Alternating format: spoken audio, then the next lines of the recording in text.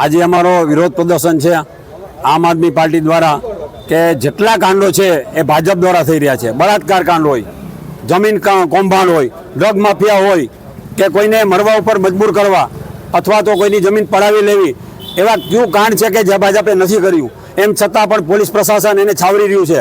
અને જ્યારે આમ આદમી પાર્ટી લોકોના પ્રાણ પ્રશ્નો માટે મોંઘવારી વિશે, પેપર ફોન વિશે કે કાંઈ પણ કાર્યક્રમ કરે તો એની તરત અટકાયત કરવામાં આવે છે।